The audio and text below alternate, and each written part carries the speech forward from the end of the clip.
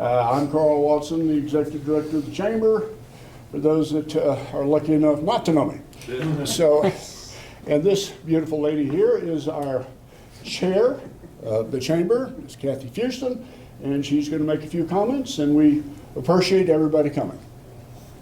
Cindi Bulla is going to speak with us. She's running for the position to replace Fort Price in the Republican Party. So we're very happy to have her here. And Thank you. Thank you, Cheryl. And I'm just going to say that anybody in this room, Cheryl, you, Gordon, anybody in this room whose vote I earned today, I will always, every day of my service, seek to earn and re-earn it and always make you proud of that. Because when you put your name behind somebody, you put your reputation behind somebody, and the somebody that earns that from you owes a lot back, and especially that listening ear. Cheryl is right. I seek to serve. I have been a constituent in District 87 since 1996. So I'm a constituent here, and I have been working at the state capitol and specifically with our friend Fort Price for all that time as a constituent. When I had something that I felt passionate about, and because of my service with the Realtor organization, it was usually a private property rights issue or a property tax issue, he's the person I called. And I always tried to call him with a potential solution in mind, not just saying, I don't like this, but with a potential solution in mind. And what I found with him was an ear. We didn't always agree on everything, though we did on most things, but the ear was the most important part of it. And he knew, because he too lived here. He lived the benefits and the consequences of government. Whether it's local government or state government or national government, every single one of us every day is impacted either by the benefit of great representation or the impact of not so great representation. Because I've lived it as a constituent, no matter what you hear from my opponents, nobody can speak to it like I can. And the other thing that I already know from the experience that I have is that I don't know what I don't know. Every single one of you in this room has a story to tell that your representative needs to sit down and listen to before they go jumping behind a microphone in Austin and telling everybody what's going to fix what's broken. You know what will fix it. I need to learn it, and I need to learn it from you, and I need to learn it as I go. I mentioned I had a meeting at the hospital this morning, and the vast array of benefits and problems and challenges and opportunities in your healthcare field with your utterly amazing local hospital. I mean, I just learned things that I never knew. Not just about the hospital, but about the community support at the hospital. Every time I walk into a room, I leave it with more questions than I walked into it with. But that's going to be an advantage to you, because it's going to be what's going to make me pick up the phone and put together stakeholder groups through the entire, there's a reason why this particular elected office is called representative. It's not because I know. It's because I know who to go ask, and I know where I need to go to get the solutions. One of the things that has been on my mind, and was on my mind when I decided to run, is in order for someone from the panhandle of Texas, and it doesn't matter in that population triangle down there, we're all West Texas. If we're west of I-35, we're West Texas. And they don't think Amarillo is a big town. They think Amarillo and Dumas and Spearman and Stratford are we're just little towns west of I-35. So what we have to understand is that we have to build consensus. We have to build coalitions with our fellow legislators who come from, they're much more, there's a lot more of them, and they come from much more populous and influential areas. So what Ford did well for us, and what I've learned through some mentorship in my conversations with Ford, is what he had to do to make sure that our priorities, our panhandle priorities, and frankly, our values, who we are, he had to work with those people. And what I learned through my own leadership with the Texas Realtors, I was their chair, about 160,000 member organization. I was their chair in 2020. Throughout this year, up until the end of 2023, I was a regional vice chair with the National Association of Realtors representing Texas and Louisiana. So what I learned through all of that was that you have to make your friends before you need them, and you have to earn that trust before you need it. And nobody gives trust. Nobody smart just gives trust. It can't be bought. It can only be earned. And that's what I'm here today to do, is to start that process. Those of you who don't already know me, to start that process to earn it. I am grateful to have a room full of people who do already know me, that are already willing to put their names beside my name, and I'm honored for that. And I will always seek to make you proud of it. I grew up in Plainview, Texas, so a similar small town. I did live in Austin for a little while, moved back to Amarillo back in the late 80s, and have been here ever since. I've raised 3 children here, have a blended family. 2 of them are my daughters. One of them, my husband of 27 years, had a son when we got married, and we raised those 3 children. We now have grandchildren. We raised them in public schools, and we're very proud of our public schools. We know how hard they work and what they've done. We also know that we've got a lot of work to do to make sure that our public schools feel that appreciation, that we fund them adequately, that we support them in many ways. One of the things that came up this morning was the word culture. And I often am accused of focusing too much on those high-level feel-good things. But let me tell you, culture is what we're missing in this world right now. Culture is what we're missing in politics right now. There were things that I was taught as a child that I would never do. Never do. And I still live that value system. But some of us forget that when it comes to manners and tact and trying to win arguments. And I am relentless. You can ask anybody that's worked with me in the last 15 years since I started serving as a leader. I am like a dog on a bone. I am relentless, but there is never a need, nor does it move minds or change opinions, to call names or yell at somebody. It just doesn't work, and it doesn't fix what's broken. We can all go into our echo chambers and hear all this feedback about how great we're doing, but the rubber meets the road when you walk outside that echo chamber and talk to somebody who vehemently disagrees with you and frankly has more votes than you have. We have got to figure out a way to convince people that they need us. And I'm the person that can do that. More than any other person in this race, I'm the person who can do that. I can convince those people who've already amassed their relationships in the Houston and Dallas area, the Austin area, San Antonio. I can convince them that they need the priorities that are important to us in the Panhandle. Not just that we need them, we feed them, we clothe them, we provide their energy. They count on us every day. Most of us in this room get up before the sun rises and we go to work every day, and we are providing the rest of our state, our nation, and part of the world with those things. And they better appreciate us. And I'm the woman who can make that happen.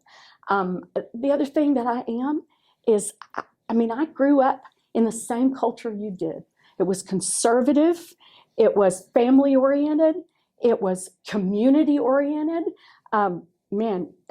Just the time I've spent in Dumas in the last couple of weeks, you guys have cornered the market on community, how to support one another, how to stand up for one another, and make small town living still thrive and still work.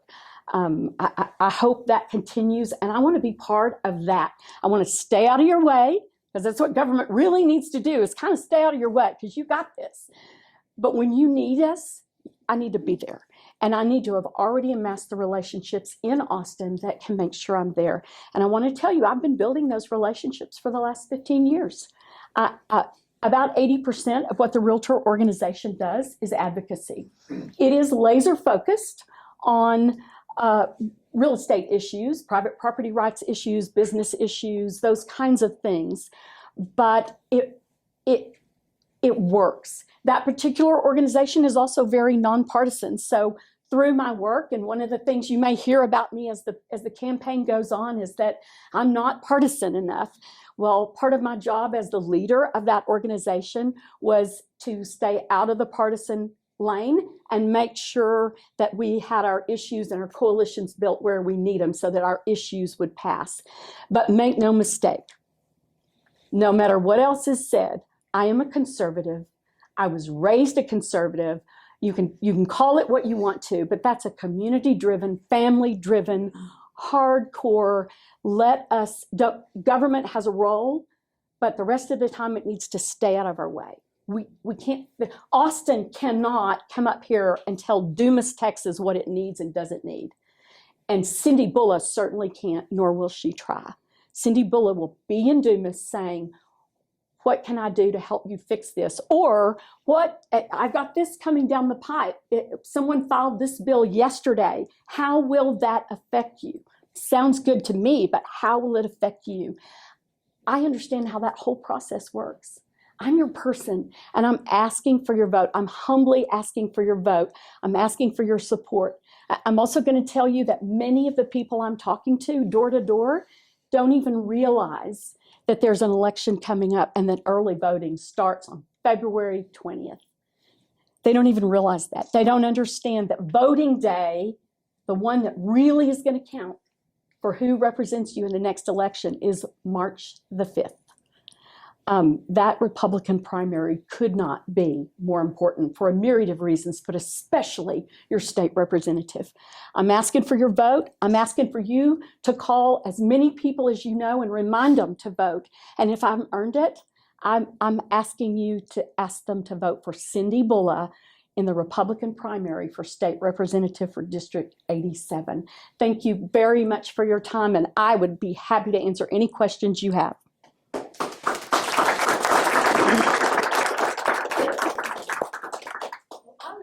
Say that Jamie and I were head of the local Dumas Board of Realtors, and Austin wanted to do away with that, and it has come to that. But Cindi was nothing but an advocate as the president of the entire state for small boards, and she went to bat for us. She was always there. She made us feel, and what we knew, that community is important for us as local realtors, but also that we were important to the entire state, and she was tireless for us, so I would recommend her to you. 100%. Thank you, Janet. That means the world. Thank you. Thank you.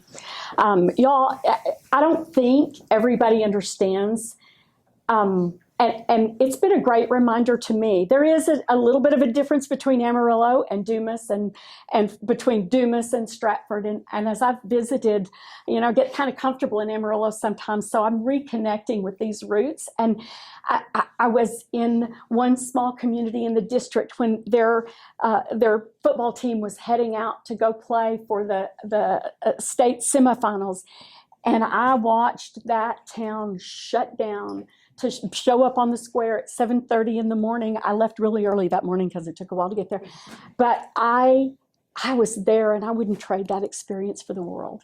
And as I've talked to rural superintendents all over this area, I realized that those institutions that are associated with those communities are those communities. And where would Texas be? Where would the whole United States be if we didn't have those communities? If we didn't have the Dumases, what would happen to our culture? What would happen to our value system? I'll tell you one quick story. When Price made his announcement, which I don't know about, some of you in this room may have known that was coming, but I didn't, and nobody I've talked to knew.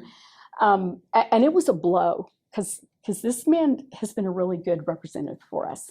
It was a blow, but I was in an artificial intelligence conference in Nashville when the announcement was made.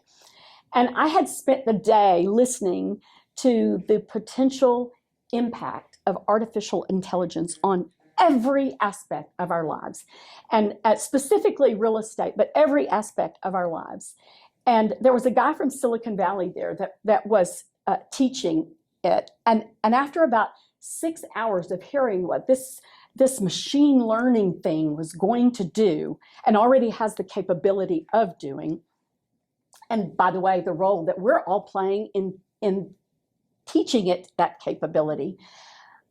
I went to dinner with him and I was sitting at the dinner table and I said, so I think my big takeaway from this whole day is that we're toast. Tell me we're not toast. And you know what he said? He said, one thing will save us. And that one thing is here. He said, we have got to get back to teaching our children from the moment they're young enough to understand or old enough to understand anything, all the way through their secondary education, critical thinking. And he said, I have amazing professionals working with me here in Silicon Valley, or they're in Silicon Valley, and I have those people every day that have spent their lifetimes learning, and they're brilliant people, and they cannot think critically. And in my mind, I was thinking, you know what? We still do a lot of that back where I'm from. But he literally made the case that that's what will save us all and help us use tools like AI and all the different technology opportunities that we have to our benefit, not to our detriment. But it starts with teaching children how to think.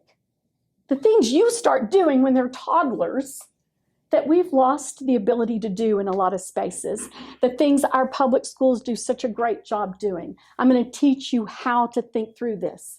Maybe you should think about this. Maybe you should think about that. And this man is telling me that some of his most brilliant minds in Silicon Valley don't do that. They read what's on the screen and assume that's it.